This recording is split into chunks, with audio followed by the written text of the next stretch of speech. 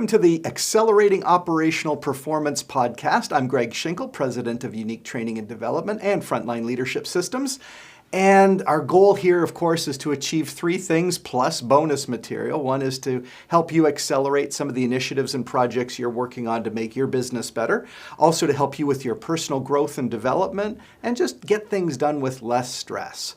So today, I'm happy to introduce my guest, who I've known for close to 20 years.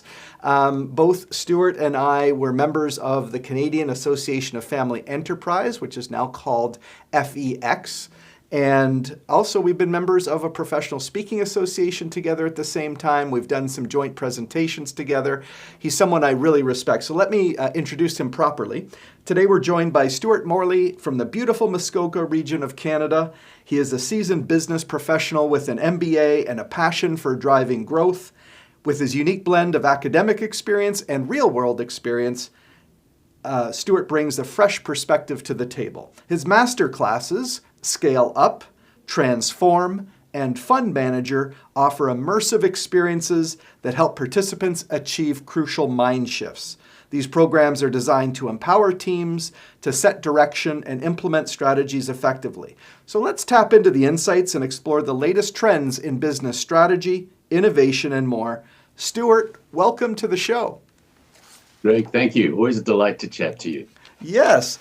Yeah, actually, I was thinking that we have intersected many times, including having referred you to some clients that do strategic business planning. It's something that we don't do, something that you do and specialize in. So I'm curious, Stuart, if you can give our listeners and viewers just a sense of some of the journey that you've taken sort of to get where you are today. Certainly, Greg. So grew up in Zimbabwe, went to university in South Africa, was with the Deloitte empire there, transferred to Toronto in the mid-'80s, and left them in '89 and went into investment banking, mostly doing turnarounds. Then in '96 moved to Muskoka to raise my family, turned the cottage into home concept. That was the time when email and cell phones started. Ran my consulting business from there. Got involved a lot in the family business world, helping with succession. Got involved for 4 or 5 years specializing in management buyouts.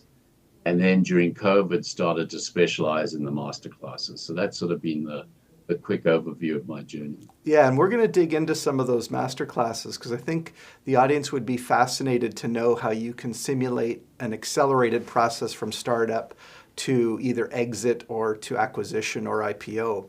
One of the things that I'm interested in, and I'm wondering when this happened for you, is usually in someone's career, at first, there really is no true confidence in what you're doing because, you might have some education, but you're really kind of finding your way through your career.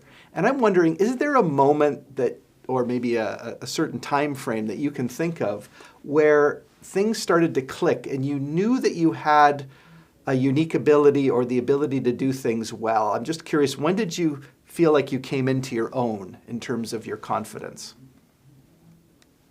Oh, I'm still working on that. I'm still wanting to decide what I'm going to do when I grow up. I guess there were a couple of moments of different perspectives. When growing up in Zimbabwe, I studied who was making money, and it was the rich farmers. It was tobacco farmers in those days. And so I wanted to become study something in the agricultural sphere. And to go to university in agriculture in those days, you needed sciences and chemistries and physics and all that kind of stuff, which was not my forte. I was more of a geography, English kind of guy. And my aptitude test said to me, look, you really should follow your father and become an accountant and do finance. And I went, oh, that's boring. And so I was determined to get into university and do an agriculture degree, even though my sciences were really poor. And I was just so damn adamant that, nearly didn't make it, but actually managed to scrape through with an agricultural economics degree. So that was sort of flying in the face of conventional wisdom at the time. And it was like, I was determined I was going to become a farmer and make a lot of money and unfortunately, during that 4-year degree, I realized that most of the farmers were, as they say, asset rich and cash poor. And I thought, oh, this is not much fun, but I still finished that. So that was sort of, flying against all the conventional wisdom and actually surviving, coming out the other end. I think that was when I thought, well, you got to make up your own mind what you really want to do. Right. So when you then go on your career journey, you end up doing your MBA, of course. I'm just wondering, when did you sort of shift into your focus? But it sounds like you were already thinking about what businesses made money, cash money. When did you get interested in either strategy or sort of how management made decisions around the running of their companies?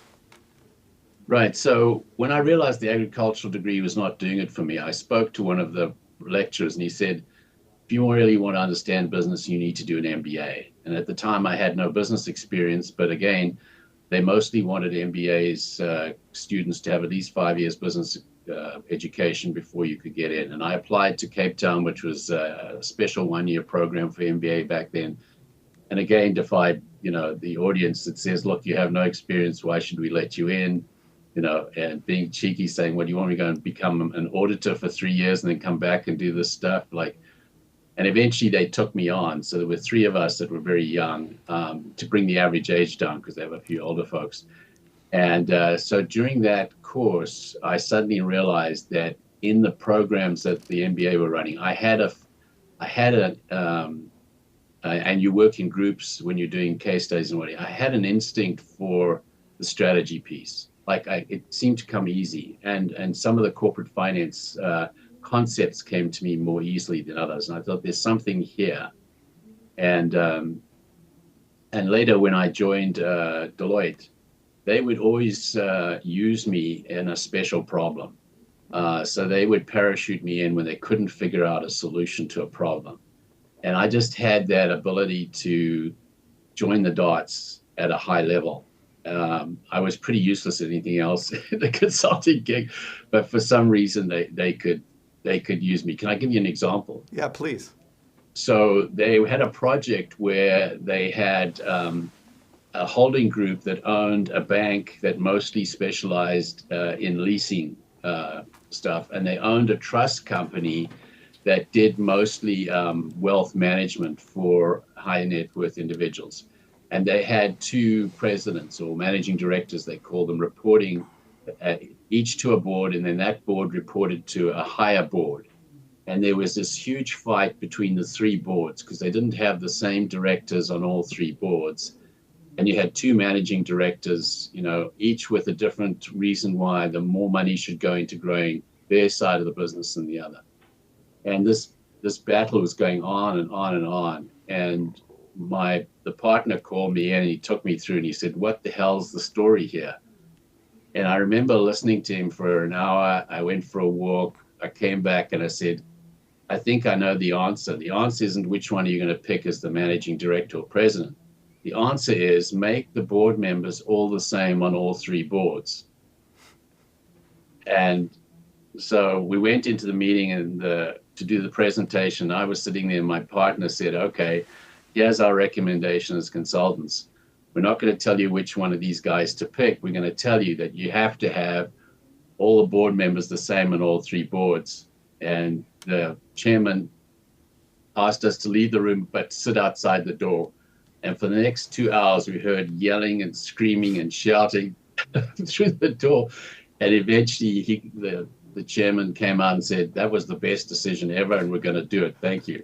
Send us a bill. So it was one of those kind of quick, and I don't know why I said it. It's just, I just had that kind of feeling. The problem's usually not the problem, I guess, is something. Well, let's actually dig in a little deeper on that. And, one of the reasons I referred you to one of our clients from strategy work and business strategy planning is because I don't really think of myself as a particular strategic thinker. I always think of myself as a tactical thinker. I'm wondering if you could just help clarify from your mind, what is strategy work really about for a company? And either why is it important, or what's the methodology that you think of in terms of trying to help a company with its strategy? Yeah, so the difficulty I had was that if you read all the books on strategy, most of them are, and business planning, it's this long, ponderous process and lots of written documents and lots of PowerPoints and secret plans locked in cupboards, and it's executives, sitting away. What I had discovered in my journey was strategy is often the opposite of that. It's about what's the real problem. The problem is not the problem. And in the world we have now, the people sitting around the boardroom table or the management, in the old days, we assumed they had all the knowledge they needed to make good strategic decisions. That's not the case anymore. In most companies now, the knowledge is spread throughout the organization. But how can you, if you've got an organization of hundreds of people, how do you involve hundreds of people in the strategy? Because many of them have key pieces of information that are very useful. Somebody who's been talking to customers has an insight. Somebody on the production line has an insight. There are so many things going on in these companies. And so one of the difficulties is to simplify things, but not make it simplify in the wrong direction. So in my journey, I developed a one-page strategy tool. And I took away vision and mission and all those things that confuse people. And I really just try to focus on the one thing from which you can then do not more than three things to fix that. And of those three things, not more than three things to fix that. I had a little simple kind of format. And I'd force people to think through that. And it was so simple, but so powerful. And also, when you introduced me to that company, one of the opportunities I said to them, look, this is no good. You don't know enough at the board level. I need to go talk to your customers, because as a stranger, they'll tell me things you don't know. They'll tell me things they won't even tell your salespeople. And I need to talk to your employees, because they'll tell me things you don't know. And by allowing me to have that opportunity to get that information, then bringing that to set the scene, there was a huge aha moment in terms of some of the employee issues, and a huge aha moment in terms of the marketplace. In fact, this company, we identified a whole new marketplace that was in another part. They did business in Canada and the US, but most of their business in the US was mostly in the North, Detroit kind of focus. And there was a whole bunch of potential customers down in the Georgia, Virginia area that they didn't even know, wasn't even on their radar screen. But it was, again, what was the key question I asked that triggered that kind of information? So it's being able to cut through, and what's the biggest problem we have to solve? Right. So I'm curious, because you've, in your journey, you've helped family companies through their succession issues. You've advised companies on either how to get ready for sale, or maybe on the purchasing side, how to make a good acquisition. I'm curious, is there any common theme that runs through all those potential scenarios that you've learned around strategy, and what ails companies, or what causes them to either be tremendously successful or sometimes off track? Yes, so what cemented that is when I went into the investment banking world in the 90s and did turnarounds. That was a whole new world, because if you're really good at turnarounds, you often do the opposite of what a normal growth manager would do. And it sounds simple, but in many cases, companies that get into trouble, they make the same mistakes over and over again, expecting a different result. And they're reluctant to take the alternative path. So when you and I were consulting on some of the opportunities around pricing, one of the opportunities that I find when a company is in trouble is I go in and I see whether they have pricing power. If they do, you can put up your prices 10 or 20% fairly quickly and not go out of business. And that can make a huge difference to a business. You could shrink a business and still be profitable if you can control and up your prices. And yet most companies are going to, if I have my prices, it's the end of the world, I'll lose all my customers, etc. So it's some of those elements. Another element was incredible candor. So most companies, when things are not going well, the managers in hushed meetings and very quiet. When I would go into these companies and when they're in trouble, I would disclose to everybody, this is the problem, this is exactly the problem, this is what we have. And I would tap into all the talent at all levels to say, we're in this together to get out of it. Unless you all contribute, we're not going to get out of the hole. So interesting to me that one of the things that has really given you an edge, even though it's such a basic thing, is just talking to people to find out what potentially the real story is. And I know when we're trying to even help frontline leaders become better decision makers and problem solvers, the defining of what the problem is part of the issue, and often the leaders just are lacking in the information. Now, many senior leaders make decisions with not having all the information. I remember that was a tenet of my business education when I went through in my undergrad business. It's like, you'll never have complete information, but what you want to do is to have enough information. And I guess what you're saying is a lot of companies spend a lot of time symptom solving because they're going from a narrow data set.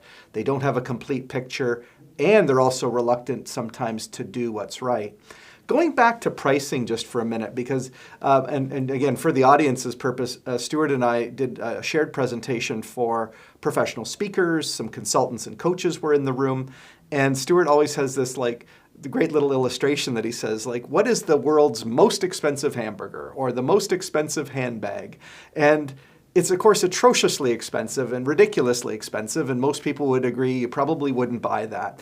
But I think, Stuart, your illustration there is to say that price is this sort of, not arbitrary, but in some ways it is a bit arbitrary, and people's view of price is different. Can you elaborate a little bit on that? Yes, so it hasn't happened often, but occasionally I persuaded clients to actually have something that was a signature price. And that would create an incredible amount of discussion around why is this price, the way it is, or why is this element very different? In other words, people don't automatically assume because the price is high, I'm not interested. They often are more interested to know. And part of the pricing issue is 20 or 30% of people want to pay the higher price if you can give them a good story. The problem is we get persuaded by the 60 or 70% that are only looking for the cheapest deal.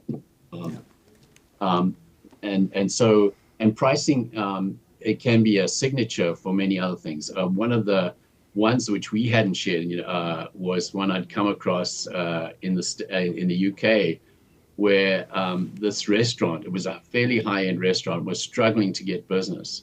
And so what they developed was they put their prices up 20%, but they gave you a dice, rolling the dice like in a casino.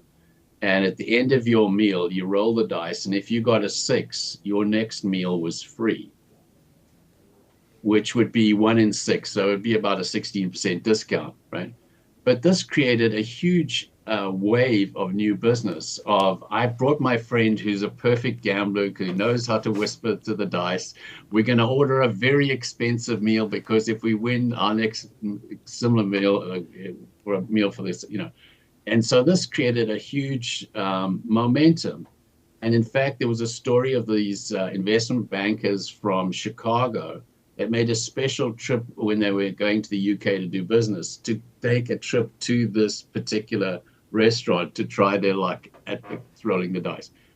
So the price has all kinds of connotations. And I know with some of the most expensive pizza in the world, will that include being cooked by a chef and delivered by a plane?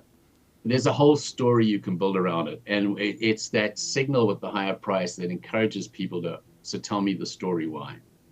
Awesome. I still remember the advice you gave me. You may even remember it. I called you from Vancouver, Canada, and I was discussing this first major opportunity. And you actually just asked 3 simple questions. You said, what is the lowest amount that you'd prepared to do that work for? And then the thing that really blew my mind, even though I didn't have the guts to actually go this way, is you asked the question, what solution would actually solve the customer's problem? And recognize that if your lowest price is X, let's say $300 or something, somebody's interested in a solution that's 10 times that, or $3,000. So I just wanted you to know that your words are so impactful that this conversation from all the way back, probably around 2009 or 2010, still bounces around in my mind, right? So anyway, I just wanted to say thank you because it has helped us bring our pricing, I guess, closer to the value and recognizing that customers in the end are trying to solve problems, and the price is only one thing that factors into that. They're really just trying to solve a problem. And if you can solve that problem, the price isn't sort of irrelevant, but it's less important than achieving the outcome. So thank you for that. I just wanted to say thank you. Oh, you're welcome. Yeah.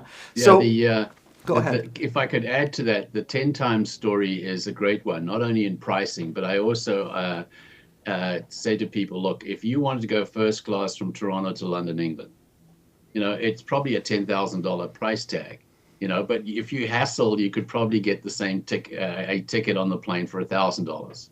Now, it's not the same seat and it's not the same whatever, but this 10 times thing is happening all over the place. It's not unique. And why can't it happen in your business? In every business, there's a room for a 10 times opportunity. Yeah. So thanks for reminding me of that.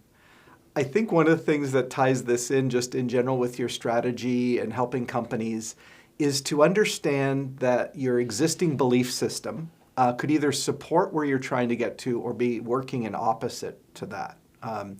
Now, one of the things that you've been involved in lately is some business simulations, which helps sort of a fast-growing company walk through the kinds of challenges that they're going to face in their history, but do it very quickly. Could you tell us a little bit about those simulations and kind of the value that they bring to some of the companies that you work with? Yes. So, for example, with Scale Up, Scale Up is a 3-day masterclass simulation.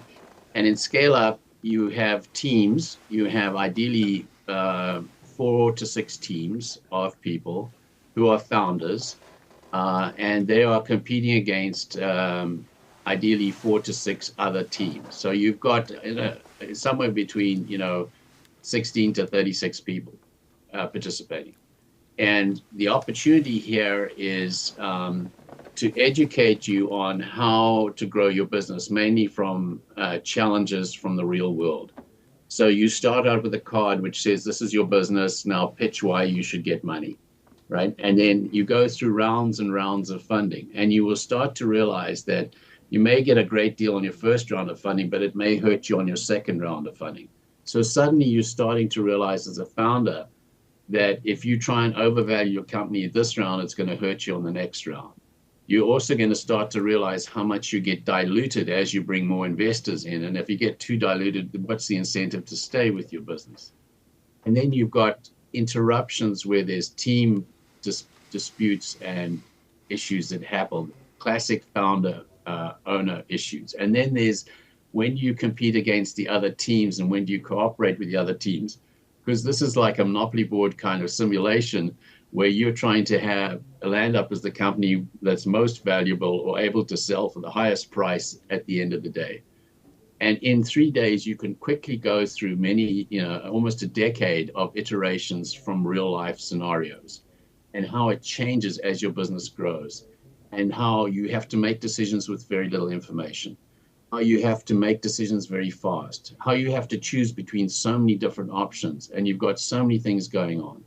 And you have to trust your team to make decisions because there's not enough time to have big chit chats about each decision. And so this is a lot of fun, a lot of frustration, very competitive. And folks who've done it have found it's made it a lot easier to go to market, to understand what investors want and why they want it and how to do a better deal. Neat. It gives them some interesting insights of what they're going to experience ahead. And as another of my colleagues does, he calls it stress inoculation training in some cases, because you're previewing what some of the challenges that you're going to go through. And then when you actually go through them, you'll feel at least slightly less anxious and a little bit more confident in your abilities.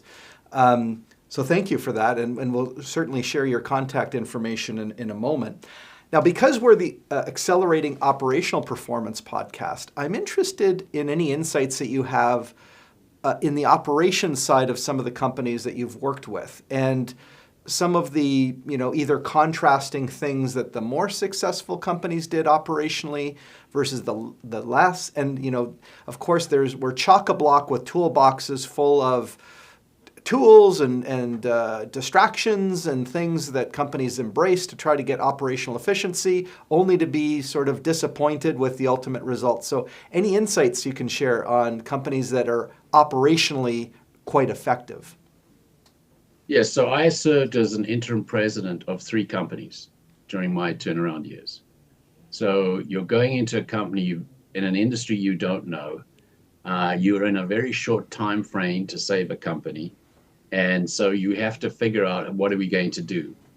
And so the first challenge is, what are we going to not do, right? And so often when I come into a company where they're having growth problems, they have spread themselves too thin. They have too many different products or too many different divisions, and reluctant to cut because it was such a challenge to launch and get going and what have you. And so part of that is, what's the absolute core that we need to get going? And this kind of pruning, it happens in nature. You prune your trees for growing fruits or what have you, But most companies, after they've had a growth spurt, don't think about pruning and don't see the value of pruning. The other piece that was very interesting for me was the perception of a lot of business owners that every job is pretty much 80% routine. We just need to cookie cut it like McDonald's. But more and more in companies, a lot of the staff you have are actually doing projects. And you manage projects very differently than you manage routine work. And in fact, more of the routine work is the work you can outsource, and more of the project work is what you need to keep in-house, because the project work changes so much. And being ruthless with projects, having very short time frames. If we don't get results in 3 weeks, not going to the next phase, breaking things into little sprints to get breakthroughs, being able to break things into bite-sized chunks. Also having tremendous clarity for everybody what the end game is. I helped, if I give an example, a company that was, in this particular case, I wasn't the interim president. I was the sort of co-pilot to the president. This was a pharmaceutical company, and they sold to pharmacists a whole lot of, various multivitamins and all those kinds of products. And when I came on board, the business was losing $12 million a year on a $60 million of revenue. And head office in Europe was going to close them down if they didn't do something fairly quickly. And so my colleague said, we need a plan and we need it quick. And the first thing we realized is that they were so focused on what the end customer wanted in terms of multivitamins. And we turned around, we said, we don't care about the end customer. We only care about the pharmacist who is buying these drugs from you and these things. And what's their biggest problem? They want return on investment. And after a whole bunch of homework, everything was about return on investment from every pill we make or distribute.